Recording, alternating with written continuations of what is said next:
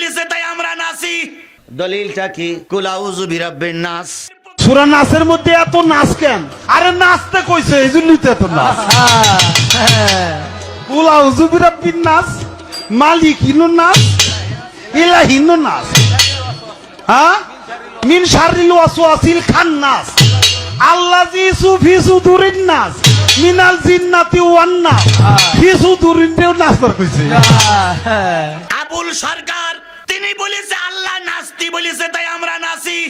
দলিলটা কি? কুল আউযু বিরাব্বিন নাস, মালিকিন নাস, ইলাহিন নাস, মিন শাররিল ওয়াসওয়াসিল খান্নাসি, আল্লাযী ইউওয়াসওয়িসু ফি সুদুরিন নাসি, মিনাল জিন্নাতি ওয়ান নাসি।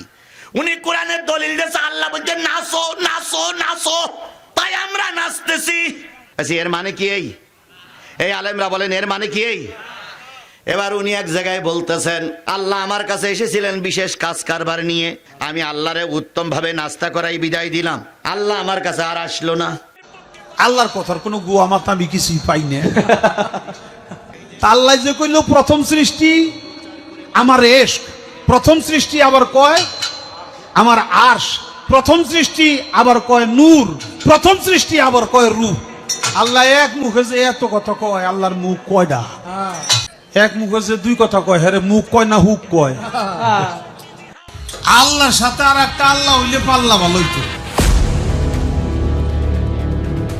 এক তারিখে গান করার জন্য আল্লাহ হয়েছিল, বান্দা হয়েছিল, সেদিনে আল্লাহর সাথে দেখা হয়, এটা হয়ে বিধি করে দিছে।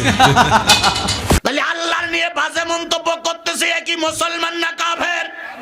জোরে বলেন মুসলমান না কাফের? এবার বলতেছে আল্লাহর মুখ কয়টা?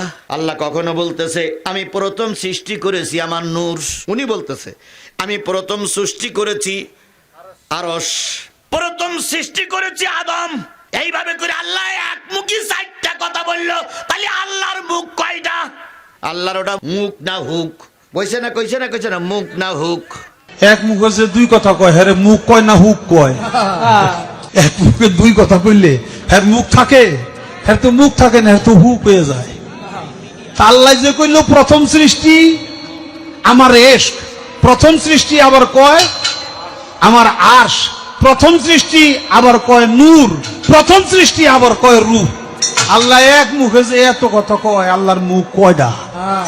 খালি কয়টা না, ওটা মুখ না হুক, এটাও আমার জানা দরকার। তাহলে এই কথাটা বলার পরে একজন ইমানদার ব্যক্তি কি চুপ করে বসে থাকতে পারে? ওই আবুলের বিরুদ্ধে যারা অ্যাকশনে গেছে ওরাই জিহাদে নেমেছে। জিহাদ বুঝলেন তো? এতক্ষণ ধরে জিহাদ বুঝলেন তো? ওই আবুলের বিরুদ্ধে নাউজুবিল্লাহ বলতেছেন, এটাও একটা কি জিহাদ? আবুলের বিরুদ্ধে অ্যাকশনে যাচ্ছেন, এটা একটা কি? ওয়াজাহিদু ফিল্লাহি হাক্কা জিহাদি হুয়াসতাবাকুম ওয়া মা জাআলা আলাইকুম ফিদ্দীনি মিন হারাজ। আল্লাহ বললেন জিহাদ করো, জিহাদের মতন হক আদায় করে জিহাদ করো। এখন জিহাদের কথা শুনলে কিছু লোকের খারাপ লাগে, মনে করে জিহাদ মানে কি? মারামারি, খুনোখুনি, কাটাকাটি। না, জিহাদ মানে খুনোখুনি নয়, জিহাদ মানে মারামারি নয়, জিহাদ মানে হলো চেষ্টা করা। কি করা? আমি কোরআনের মাহফিলে কোরআন প্রতিষ্ঠার জন্য ওয়াজ করছি, এটাই হলো ওয়াজের জিহাদ। আপনি টেলিভিশনে কোরআনের পক্ষে কথা বলছেন, ওটাই হলো সাংবাদিকতার জিহাদ। এই যে মিডিয়ারা আমার কথাগুলো প্রচার করে মানুষকে কোরআনের দিকে ডাকতেছে, এই মিডিয়ার খেদমতটাই হচ্ছে কোরআনের খেদমত। এগুলো সব জিহাদের অন্তর্ভুক্ত। আপনি একজন মুরব্বী মানুষ, বাড়ি বাড়ি দিয়ে কোরআনের দাওয়াত দিচ্ছেন, বেনামাজিরে নামাজি বানাচ্ছেন, এটাই হলো আপনার দাওয়াতি জিহাদ।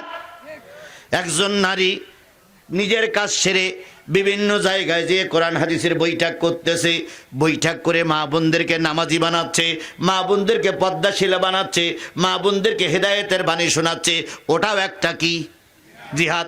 জিহাদ একটা নয়, জিহাদের অনেকগুলো সংজ্ঞা আছে।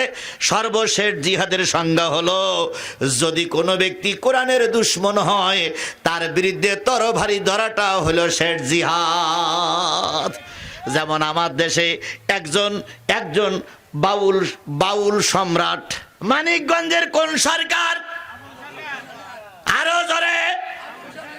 আবুল সরকার, তিনি বলেছে আল্লাহ নাস্তি বলেছে তাই আমরা নাসি। দলিলটা কি? কুল আউযু বিরাব্বিন নাস, মালিকিন নাস, ইলাহিন নাস, মিন শাররিল ওয়াসওয়াসিল খান্নাসি, আল্লাযী ইউওয়াসওয়িসু ফি সুদুরিন নাসি মিনাল জিন্নাতি ওয়ান নাসি। উনি কোরআনের দলিল দিয়েছে, আল্লাহ বলছে নাচো নাচো নাচো, তাই আমরা নাচতেছি। আচ্ছা, এর মানে কি? এই আলেমরা বলেন এর মানে কি? এবার উনি এক জায়গায় বলতেছেন, আল্লাহ আমার কাছে এসেছিলেন বিশেষ কাজ কারবার নিয়ে, আমি আল্লাহরে উত্তম ভাবে নাস্তা করাই বিদায় দিলাম, আল্লাহ আমার কাছে আর আসলো না। তাহলে আল্লাহর নিয়ে বাজে মন্তব্য করতেছে, একই মুসলমান না কাফের? জোরে বলেন, মুসলমান না কাফের? এবার বলতেছে আল্লাহর মুখ কয়টা? আল্লাহ কখনো বলতেছে আমি প্রথম সৃষ্টি করেছি আমার নূর, উনি বলতেছে আমি প্রথম সৃষ্টি করেছি আরশ, প্রথম সৃষ্টি করেছি আদম। এইভাবে করে আল্লাহ একমুখী চারটা কথা বললো। তাহলে আল্লাহর মুখ কয়টা? আল্লাহর ওটা মুখ না হুক? কইছে না কইছে না কইছে না, মুখ না হুক? তাহলে এই কথাটা বলার পরে একজন ইমানদার ব্যক্তি কি চুপ করে বসে থাকতে পারে? ওই আবুলের বিরুদ্ধে যারা অ্যাকশনে গেছে ওরাই জিহাদে নেমেছে। জিহাদ বুঝলেন? ততক্ষণ ধরে জিহাদ বুঝলেন তো? ওই আবুলির বিরুদ্ধে নাউজুবিল্লাহ বলতেছেন, এটাও একটা কি জিহাদ। আবুলির বিরুদ্ধে অ্যাকশনে যাচ্ছেন, এটা একটা কি জিহাদ। এইবার বাংলাদেশের একজন আলেম, মানিকগঞ্জের একজন মুফতি, তার নামে মামলা দিয়েছে, প্রশাসন তাকে ধরেছে। প্রশাসন যখন তাকে ধরলো, আমাদের দেশের একটা দল যারা আগামীতে সরকার গঠন করবে বলে সব কিছু ঠিকঠাক করে বসে আছে, ওনারা আগামীতে সরকার গঠন করবে, সরকার গঠন হোক, আপনারা সরকারি দলে যান, আমরাও চাই। কিন্তু যখন ওই বাউল সরকারকে ধরলো, আপনারা নিন্দা জানালেন আর বললেন ধরাটা ঠিক হয়নি। আপনারা বলতেছেন ধরাটা কি হয়নি? তাহলে ওনারা কি বাউলির পক্ষে না আল্লাহর পক্ষে? এই কথা বলেন, ওনারা বাউলির পক্ষে না আল্লাহর পক্ষে? ওনারা বাউলির পক্ষে না আল্লাহর পক্ষে? তাহলে মুসলমানের দলে থেকে, মুসলমানের দেশে থেকে মুসলমানদের ভোট দিয়ে ক্ষমতায় যাবা, আর যদি বাউলের পক্ষে সাপোর্ট করো, এই মুসলমান তোমাদের মতন আল্লাহ দ্রোহীদেরকে সাপোর্ট দেবে না, দেবে না, দেবে না। আগে ঈমান ঠিক করো, আগে ঈমান ঠিক করো। আল্লাহর বিরুদ্ধে কথা বললে তোমার গাজালা করলো না, আর আউল বাউলির মতন একজন লোকের ধরলো তাই তোমার গাজালা করতেছে। তুমি আল্লাহর পক্ষের লোক না, তুমি আল্লাহর বিপক্ষের লোক। কথা বলেন, আমি যদি এখানে বলি আল্লাহর পক্ষে কারা আছেন, যদি হাত তোলেন। আজ যদি বলি বাউলির পক্ষে কারা আছেন, হাত তোলেন। যদি দুইজন ব্যক্তি বাউলির পক্ষে হাত তোলে, ওরাই হলো ইসলামের দুশমন, কোরআনের দুশমন, ওরা শয়তানের গোলাম, শয়তানের দালাল। আর শয়তানের দালালি করে অন্তত মুসলমানদের জাতীয় সংসদে যাওয়ার নিয়ত করলে চলবে না। আগে নিয়ত সই করুন, আগে নিয়ত সই করুন, আগে নিয়ত সই করুন। আল্লাহ রাব্বুল আলামিন বললেন জিহাদের হক আদায় করে জিহাদ করো। নবীজি কোরআনের দাওয়াত দিচ্ছেন, হঠাৎ করে ওই জামানায় মক্কা থেকে রসুল হিজরত করে মদিনায় গেছেন। ওই সময় একজন লোক রসুলের বিরুদ্ধে একটা কবিতা লিখেছিলেন। কবিতাটার নাম ছিল রঙ্গিলা রসুল। কি কবিতা? এর সারমর্ম ছিল রসুল বহু নারী লুবি, রসুল সারা রাত নারীদের নিয়ে পড়ে থাকে। এই কবিতা যে লিখেছিল ওজা এই বাবুল সরকারও তাই। ওর যদি ফাঁসি হয়, বাবুল সরকারেরও ফাঁসি হবে। কোন রকম ছলছুতুরি করলে হবে না। আবুল সরকার কোরআনের দুশমন, আবুল সরকারের ফাঁসি আমরা চাই। কথা বলেন ঠিক না বেঠিক? আচ্ছা, এখানে যারা আছেন সবাইকে আবুল সরকারের মতো নাস্তিকের ফাঁসি দাবি করেন? কারা কারা আবুল সরকারের নাস্তিক ফাঁসি দাবি করেন? আবুল সরকারের মতো নাস্তিকের বাংলার জমিনে ফাঁসি দেওয়া লাগবে। আল্লাহর নবী মদিনায় ছোট্ট একটা ইসলামী রাষ্ট্র হয়েছে। সেই রাষ্ট্রের একজন কবি, নাম ছিল কাব ইবনে আশরাফ।